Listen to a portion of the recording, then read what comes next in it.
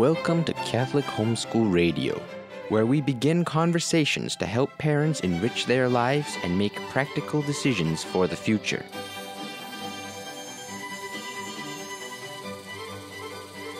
Welcome back to Homeschooling Radio.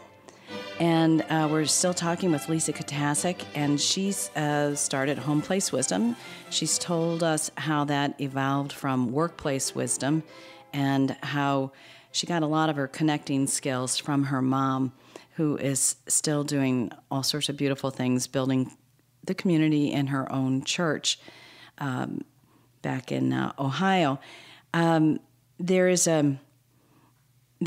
one of the problems we have with our parishes, as I alluded to in the other, our previous talk. You do have these two cultures, and you do have young women, or you have women who are great connectors, and they're doing all the socializing, but their culture is different. And so the serious Catholic moms who take their faith seriously really don't feel at home with them. So let's get back to Homeplace Wisdom specifically. And Lisa started it after she had 2 babies. And Lisa, how did you build up a little clutch of women to start this? Well, I had a group of friends, and they became the core group of women for the group. And I encouraged them to invite a friend and really be discerning about the friend, that she would feel comfortable talking about the topics we were talking about, whether it was being open to a large family or natural family planning or lifelong marriages. We wanted to show that we were conservative in our faith and following the faith in its true form. And these women were really open to learning from the women who were going before them. And in my parish, we're lucky. Perhaps we don't have this divide as much as other parishes where women are over here doing this and over here doing this. I find most of the women I meet in our parish are following the faith very closely and sharing the same words that we use when we talk about openness to life. Right. So and not that it has to be a continual topic of conversation. It doesn't have to be a topic of conversation at all. It just has to be a fundamental principle, and then you move on from there. Right. And we have a lot of topics we're interested in as far as developing our minds and helping our children have a lifetime love of learning as opposed to topics specifically. So we want to model that for our children, that we're learning and we're growing. Oh, yeah. So that's a good idea. Careful little eyes, what you see, they're always watching us. We can't say learn, read, and then never learn and never read. So you know what? That's a really good point. It's a really important point. And I haven't stressed it, I think, with my kids that, yeah, you go through school, maybe you go through college, but life is a lifelong. You have to be a student all your life, right? And that's a wonderful thing. I love it. Of course, I love it too much. I just want to, sit around and read interesting things and interesting people. And Mark and I are big on what are we learning? What are our goals for this year? How do we want to focus with this child or this topic? And what do we want to do physically and getting really healthy? And we've had a transformation in that. So we talk a lot as moms about what we're eating and how our kids are exercising and getting fresh air and rest, the importance of rest. Sarah Mackenzie's book called The Teaching from Rest. She runs the Read Aloud Revival podcast and was one of our speakers for Homeplace Wisdom in a Skype meeting. Okay. So I wonder how she's in Washington State. I know. I would love to have her. Skype. Well, that'd be great. We've had several guests who I'll talk about, but she came in through we were all sitting in Rosa's living room in New Canaan, this beautiful fireplace with the TV, and up popped my friend, Sarah Mackenzie. And I say my friend because I actively reach out to mothers who have inspired me through their books or blogs or recommendations online, and she came on and gave us a beautiful talk about how to do this. Okay, how to do it, how to teach from rest? How to teach from rest. So she's a Catholic homeschooler, and she talks about not having to feed the 5,000. You know, all our Lord has asked is that you teach your children from a state of rest. So you don't have to be hurried rest. and frenzied. Like as from your heart. From your heart. Like, breathe and just enjoy this time you have with these little ones. I that is so good to be reminded of, because as a homeschooling mom, you do feel very responsible. That you think of all the gaps in their lives. You don't think of all the interesting things they've done. But we're always ready to write a brief for ourselves, I suppose, and to defend ourselves. Yes. It's pathetic. But now I'm actually, those years are now officially behind me.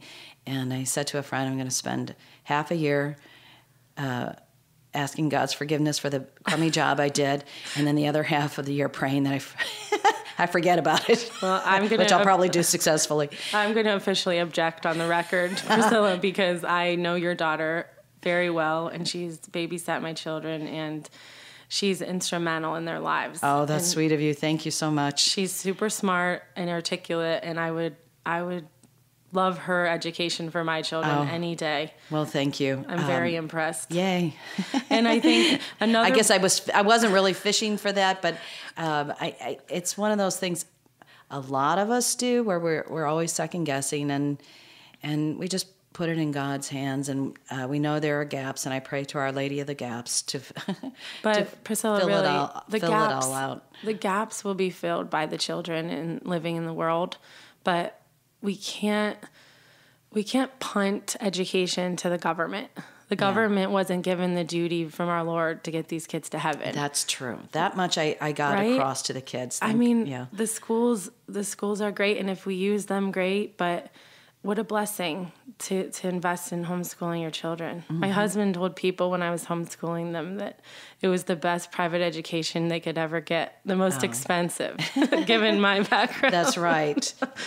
Given the salary you were giving up. And we had a great Homeplace Wisdom. Our first meeting was with Lainey Dewey, who was a homeschooling mother of 10. And the mothers were furiously writing notes as she talked. Like in every session, we have notebooks and we keep track of all these quotes, because when the women speak, that it's quotable, because these are our mentors and our heroes in our vocation. So Lainey spoke about, not being discouraged when you have a bottom-heavy lineup, when they're all little, and you don't have that 10-year-old girl or that 14-year-old boy. You have all littles. Well, there's a beautiful light at the end of the tunnel. It's when your daughter turns 10. And now my daughter's turning 10, and I believe her that it is manageable and beautiful to have your children help you. Yes. She said, partner your kids for Mass. Have your 10-year-old help your 3-year-old get her socks on and shoes, and your partners, your team. And Barbara Logsdale, she's currently working as principal at Regina Paci's Academy. She gave this beautiful talk at a meeting, and she said, your children should do chores and not feel like it's a chore, that they should feel like they're an instrumental part of this team, that if they don't get this chore done, this family will not function. And they feel that ownership, like, wow, if I don't do the dishes today, we won't have dishes to eat dinner on. And so it's this cycle of learning that we want to teach the children. We're learning, they're learning from us, and we're learning from others. And that order is a major part of their lives and the happiness of the household. Exactly. And Margot Skid was a beautiful speaker. She's a brilliant theologian and teacher of Gina Paci's and homeschooler, and one of my favorite people. She joined Opus Dei at 16, and she talked to us about the importance of order and daily Mass and going to confession and taking your children to confession, giving them that opportunity to go, and that this is what we do. This is how we spend our time as a family. And then she told us these amazing stories about a life with 12 children, just the humorous side of laughing at yourself when you realize this is going to take humorous this is going to take a sense of humor between you and your husband. Absolutely. Whether it's the mess in the kitchen or the shotgun killing the animal in the backyard or whatever the crazy story is. And she's talking about her husband. Because he's really crazy. He's a lot of fun. He is a lot of fun. Yeah. So it's a lot of fun. It's not just owners learning. We get together and we have a glass of wine, and that's an important part of it for me, is the fun. Yeah. Lisa, as I said earlier, I just like the name of the group, Homeplace Wisdom. I love how wisdom connects to the Old Testament especially, and the Holy Spirit. But I also love that wisdom is treated as feminine in much of the Old Testament. And there's this, I have a favorite wisdom quote from, it's an antiphon for Corpus Christi. I don't know if it's word for word out of the Old Testament, but it struck me as very beautiful and something that you would like. And I'm going to say it in Latin just because I think it's beautiful. And not that I'm a Latin scholar in any way, but it has weight all by itself in Latin, and then I'll say it in English. So wisdom is sapientia. Sapientia edificavit sibi domum, miscuit vinum, you know that word, et posuit mensum. Wisdom built herself a house. She mingled wine and set her table. I mean, I love that. I love that that's incorporated into our liturgy. And the beautiful analogy, I love that wisdom has a feminine gender. Her domain is domestic. The objective seems to be social, to reach out. And of course, the center of our lives as Catholics is the banquet table of the Lamb, and that's also in Revelation. And so wisdom brings us together. It brings us together to do some very humble things: mingle the wine, set the table. I love that analogy, Priscilla. Yeah. It's so beautiful. And I think the beauty of wisdom with these women who have spoken is every time I ask them to speak, their first response is, oh, what could I possibly have to share with anyone in your group? I don't do anything magnificent. I don't have an expertise. And their humility is what I think shows their wisdom. And in the end, they're so full of wisdom that we want them to come back again and again. And they create these relationships for women that later on, months later, I'll see a new young mother going up to this woman after Mass and saying, remember what you said about that? Can you tell me a little more about that? And it just continues the cycle of sharing the wisdom. Mm-hmm. And similarly, though we celebrate as women, we have a lot of priest involvement from our parish. We've had Father Ville speak for Homeplace Wisdom and Father Walsh. And Father Ville talked about the number one job we can do as mothers. We're doing it, and we're teaching our children how to love. That's our job, is to love each other, love our neighbor as ourselves, love each other. Yes. And as women, I think we don't always do the best job of that. Within churches, within parishes, we're human, and we sin, and we gossip, and we cut each other off, and we compare ourselves to each other, and we say, "Oh, she's having her sixth child, and I'm on my third." And, but we do, because we're human. And his caution was, "Don't be tempted with these sins. Just love each other." Mm-hmm. Just love each other. Don't worry about your body and, what shape you're in, your external. Just love from your heart and act like Our Lady. Mm-hmm. And so these messages, Father Walsh started off saying, I'm honored to be here, but I can't imagine anything I could teach you women in this parish full of women who, if you heard the confessions, it's just humility. It's a parish of women who are really trying to follow the faith. That's beautiful. So setting aside our natural pride and our tendency to to perhaps act different than we should as Catholic women. You know, we've had people from unschoolers to homeschoolers to public schoolers, private school, all these different mothers. And the theme is they've laid down their lives for their children and their husband. And they, you know, Beth Carpenzano is a mother who teaches in a parochial school, and she has 2 older daughters who've babysat for all of us. Mm-hmm. And now they're going on to do religious ed coordination and teaching, and they're amazing women and children.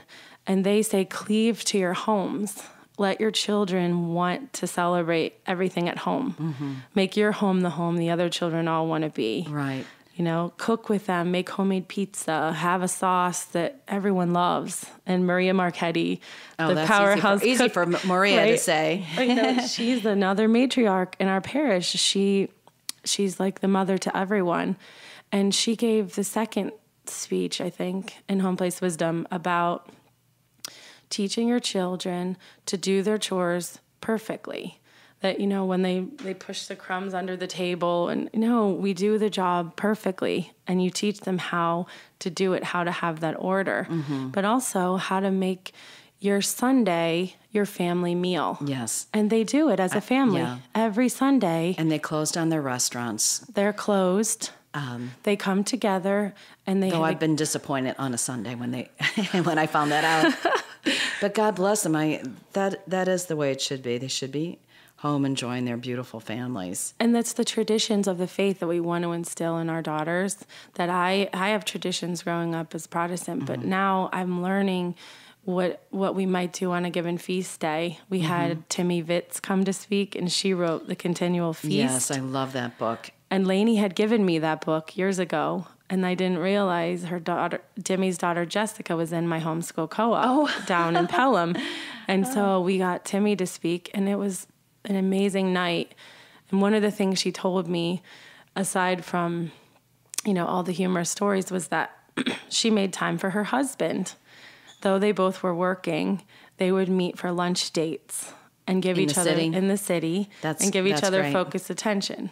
Because with many little children in a New York City apartment, they weren't getting that much focused attention in their home at the time. That's right. You had to be a little innovative and meet for lunch once in a while. But the mother-daughter combination of Jessica sitting there and Timmy sitting there was the perfect view of wisdom, because the way they bounced wisdom off of each other as they shared the childhood stories, you could see that this mother of faith had just shared and poured all of it into her daughter, who's now a homeschooling dynamo herself, with amazing children who can recite every possible piece of literature they've ever put their minds to. Oh, wow. So I've been nothing but impressed with the women of the Homeplace Wisdom group. Well, what about if you start off with maybe a less impressive array of women?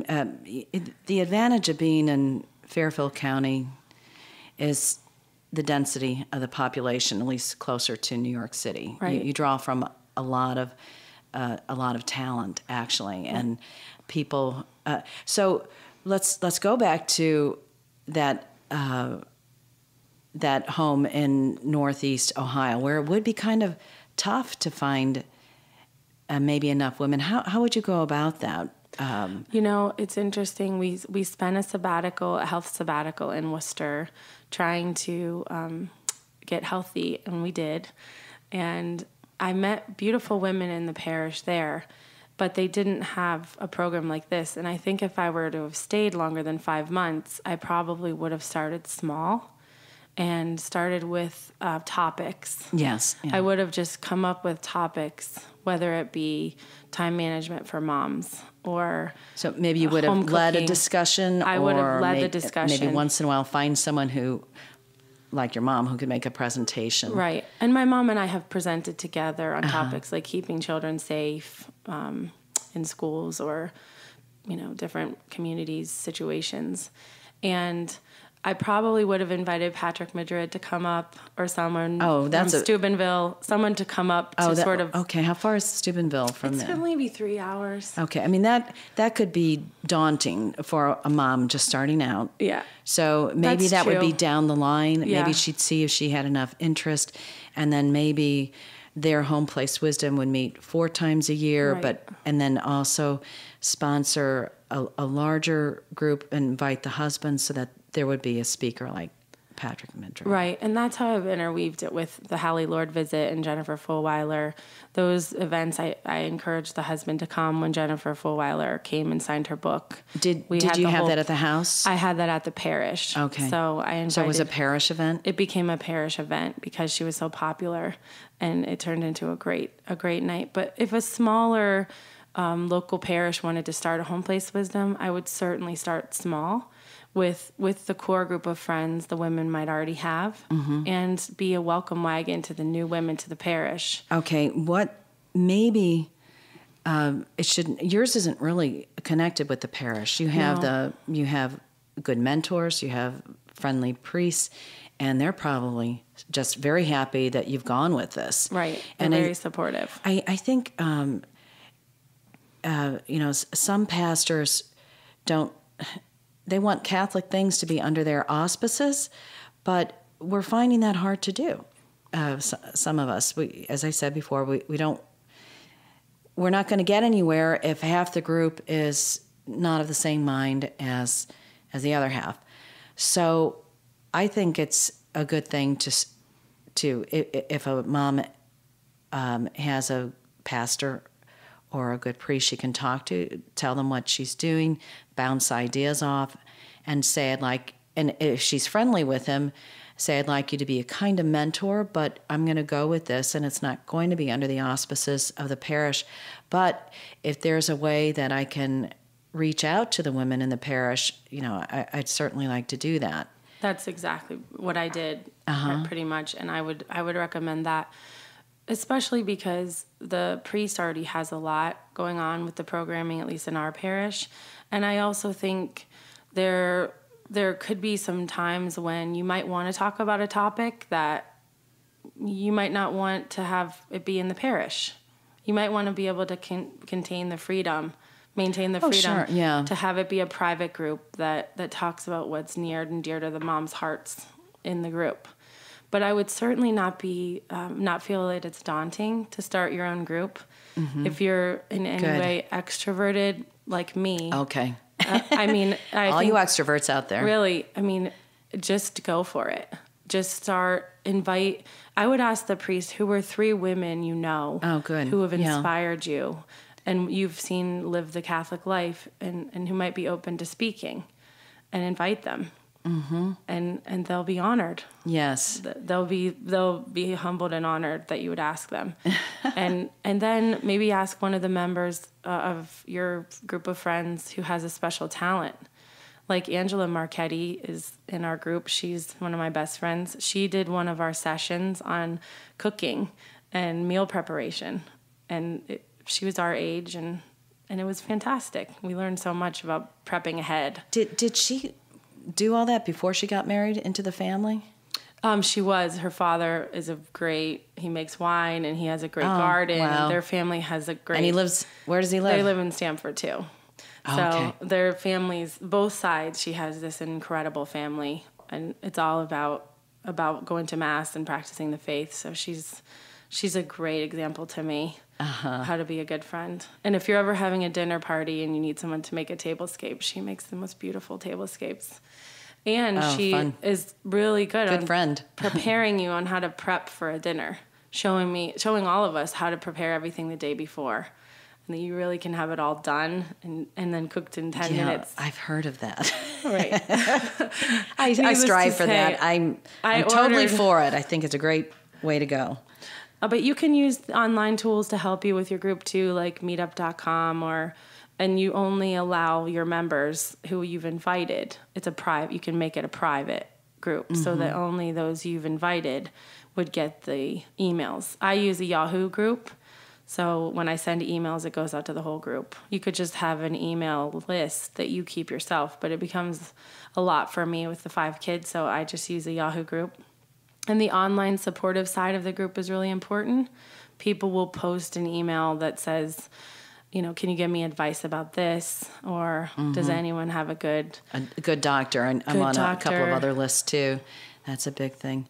Or pray for me. I'm having a special prayer request today. Yeah. Knowing that 50 women are praying for you that morning. Yes. I'm going to court huge. for a speeding ticket. Can you pray for me? Or I've just, I don't think I'd confess to that one, but so what are the topics coming up for this year? We have a great fall lineup. I am so excited. The Nap and Learn with my mother will be exciting to talk about organizing for school, for starting your homeschool year. Why is it called Nap and Learn? Well, you won't be napping. I'm all for napping. You won't be napping while she's talking, but the children hopefully will be napping because it's at 2:00. Okay. So they go nap or have their reading quiet time, and you can get on the computer and you see the Skype screen. So you'll see her showing all her different organizing methods within her home in Ohio, and her quick beauty tips. So she has all these great ideas. And then September, we have Alexandra Kimball talking to us about great literature. And in October, we have special guest Danielle Bean. Well, is Alexandra coming to the house? Yes, that will be. What kind of literature for the children of all ages or moms? She's going to talk about great literature for children to read aloud with the kids, and also. And does she specialize in read aloud? No, I think she would talk more about novels your children should be reading themselves, and she has a PhD and she's so smart. I've been trying to get her to speak for a long time, but she's very busy. Does she work? She teach too? She did teach at a college, and I think right now she's not teaching. She reviews books and writes a lot. Oh, good. And her daughter went to school with our children. And let me just say something here. For all those moms who are listening, who have degrees and have professional training, the kids eventually do leave. If you've raised them right, which is the sad thing, if you've raised them well, they leave you. That's what I'm afraid of. Yeah, I know. But anyway, maybe they won't go so far either. But there are opportunities for women in their 40s and 50s and 60s to get out there and do excellent things. And hopefully by then they won't have to worry about salaries or furthering their careers, but just doing something they like with their talents. That time will come. This is kind of a new phenomenon in 21st century America, where women have raised their kids and are then going on to do professional work that is fulfilling to them, gives them time with their husbands, gives them time with their own children and hopefully grandchildren. So those are exciting things really in the future. So we're going to have to stop now, and I'm going to get back to you shortly, Lisa. Thank you. Thank you.